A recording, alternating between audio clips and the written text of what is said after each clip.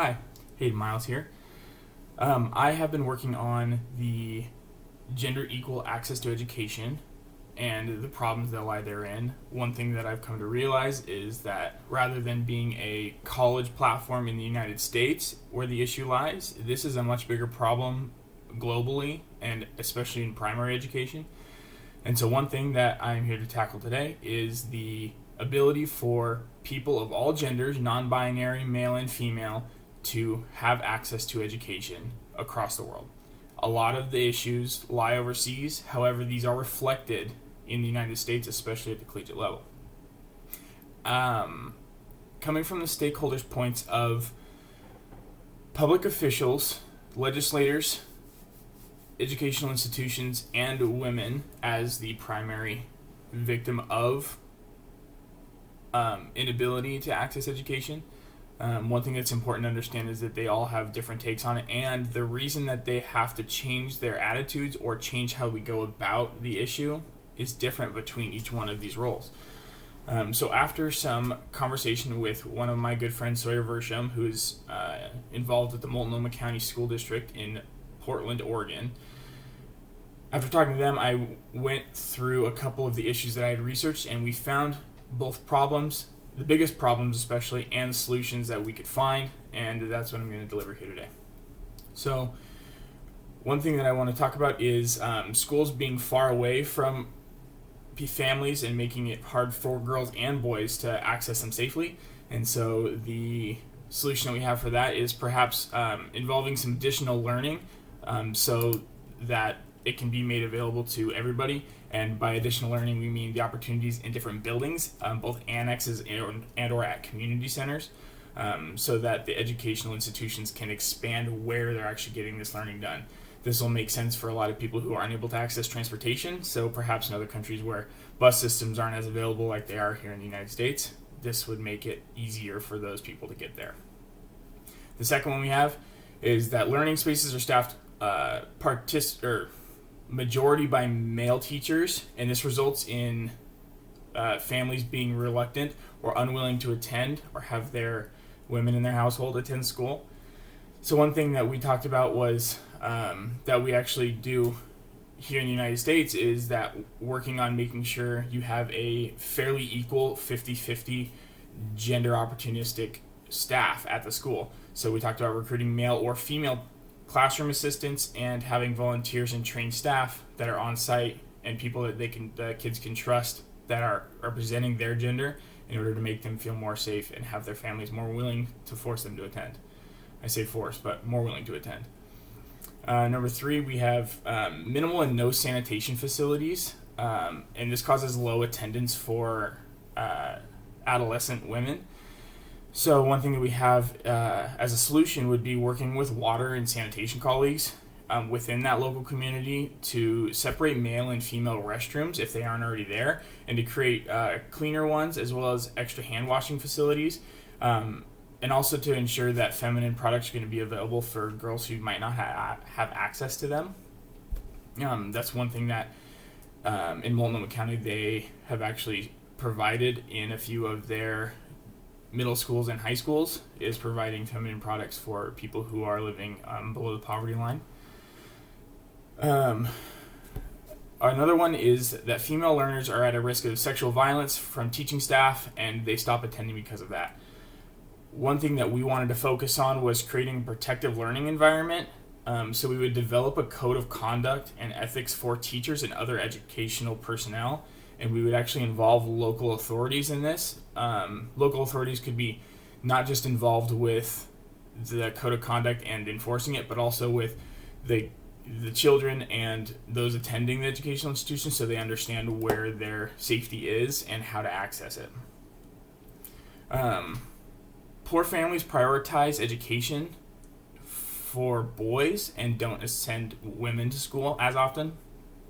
So one thing we talked about, this is more of an overseas issue. So we talk about providing incentives and targeting support to female learners. This would be like supplementing uniforms, school fees, and food to reduce the direct cost and impact on families. On that same note, communities sometimes have ideological views that oppose women's education and cultural practices or like early marriage or pregnancy that will actually curtail women's access to schools. So what we have as a solution would be to work with communities and local organizations to promote the importance of culturally acceptable women's education, and to perhaps launch a media campaign. This can be on social media, TV, radio, to negotiate endorsement by those religious leaders who might be against it originally. As a case study for this, I researched in the country of Afghanistan. 30 years of conflict has damaged and weakened the education and other basic services in Afghanistan. Girls' education above grade 3 has been forbidden by the Taliban regime, and International Save Children's Alliance for Better Education is an initiative that has actually reached out to about 30,000 out-of-school children, primary school age, which about 75% of them are female. And they started an accelerated learning program, and this allowed for those girls who haven't been enrolled with their co-current peers to actually complete the same amount of school in a much shorter time, so that they're able to, what we call, graduate at the same time as their same age peers. The last one that we have is that girls or boys really that occupy a household or have income generating reason to not attend school, so like a job, or they already have a role within the family like siblings to take care of.